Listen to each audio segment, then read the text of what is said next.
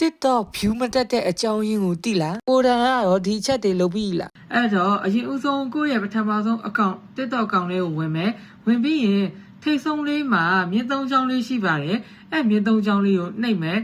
နှိပ်ပြီးသွားပြီဆိုရင်အထက်ကိုရောက်ရင် privacy ရဲ့ကိုဝင်လိုက်မယ်ဝင်ပြီးသွားရင်အမှ private account မှာကိုကဖွင့်ထားတယ်ဆိုရင်ပိတ်ထားပေးပါ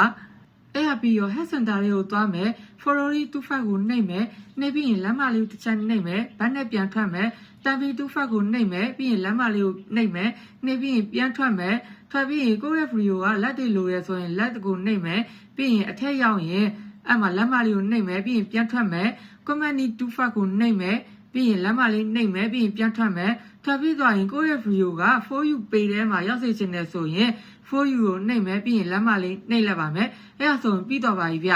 ဆက်ရှင် view မတက်ရင်တောင်း4နာရီကြာရဲ့အခါမှာ view ပြန်တက်လာနိုင်ပါတယ်အားလုံးပဲကျေးဇူးတင်ပါတယ်ဗျ bye bye